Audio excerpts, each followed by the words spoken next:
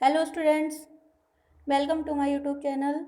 Today we are going to start the poem Ode to the West Wind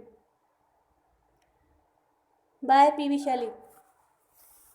first second third stanza इससे पहले वाले video में हम पढ़ चुके हैं. Now stanza number 4. If I were a dead leaf, thou mightest bear. In this stanza, Shelley addressed a prayer to the wild west wind. इस stanza में शैली वेस्ट विंड को एड्रेस करता है, संबोधित करते हुए प्रार्थना करता है. If I were a dead leaf thou mightest bear, if I were a swift cloud to fly with thee, a wave to pant with thee beneath thy power and share the impulse of thy strength. If I were a dead leaf thou mightest bear. If the poet says, if he had been as a dead leaf, the west wind could have carried him with her. If I were a swift cloud to fly with thee, if he were a swift cloud, he could have flown with the west wind.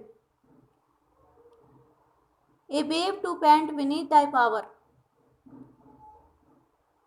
If he had been a sea wave, he would have got her power and shared the impulse of thy strength. Thus, he would have shared the effect of her strength as the waves of the sea do, only less free than thou, O uncontrollable. He would have been only a little less powerful than the wind was. If even I were as in my boyhood,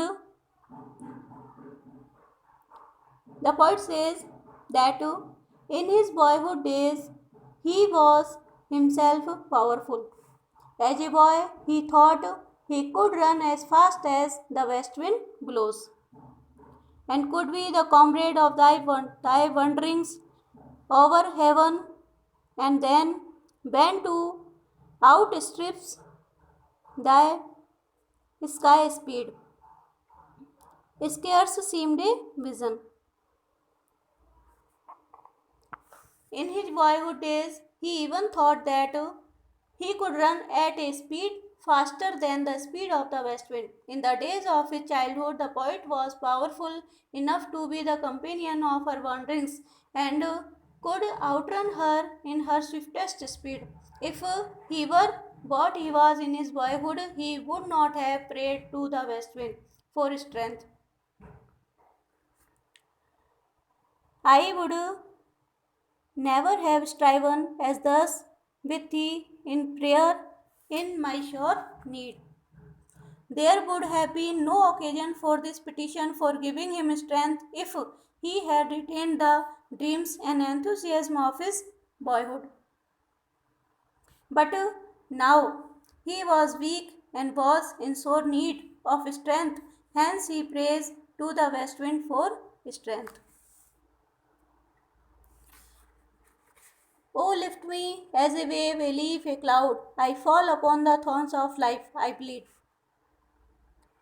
The poet says that he prays to the west wind to sweep him away as if he were a leaf, a cloud, or a wave, because the joys of life have faded for him. He has fallen on the thorns of life and is bleeding. A heavy weight of hours has changed and vowed one to like thee, tameless and swift and proud.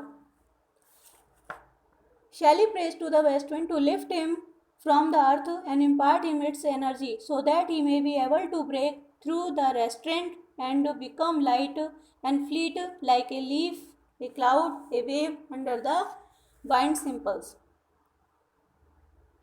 Shelley's appeal is all the more significant if it is remembered that by his nature he is as wild, free, tameless as the uncontrollable wind itself. Next stanza.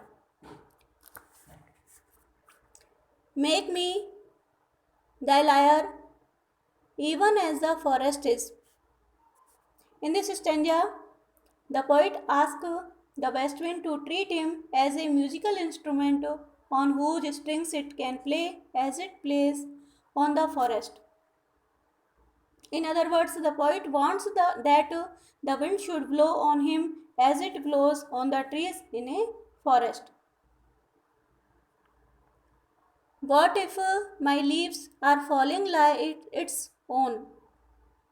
What does it matter, he asked, if his leaves are also falling, like the leaves of the forest?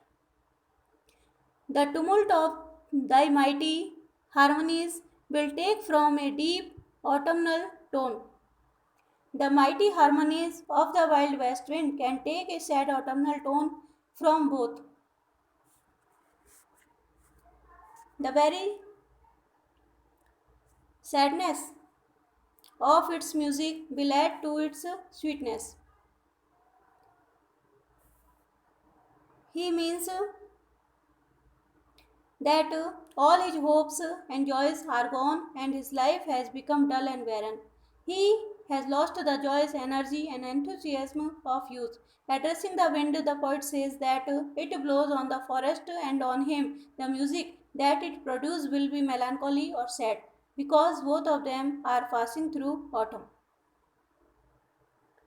Sweet thou in sadness, be thou spirit fierce, my spirit, be thou me, impetuous one. The poet wishes to become identified with the fierce and swift west wind. He appeals to it, spread his thoughts in the world, so that they may herald birth of a new era. Drive my dead thoughts over the universe like withered leaves to quicken a new birth, and by the incantation of this verse.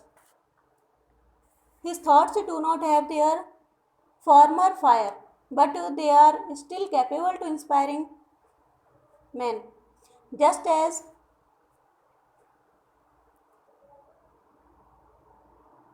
just as scatters scatters as from an extinguished hearth, ashes and sparks my words among mankind.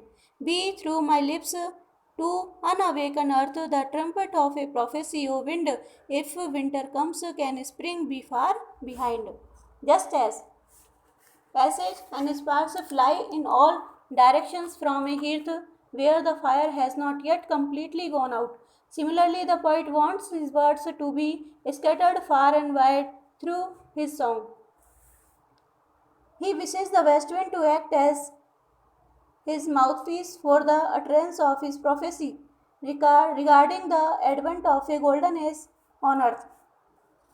Just as winter is followed in natural course by spring, similarly this era of evils and miseries will soon be followed by the era of the perfect happiness, love and beauty. These lines express Shelley's bright optimism regarding the future of mankind and his belief in the golden age and in the perfectibility of human nature. Okay, complete the poem. Thank you.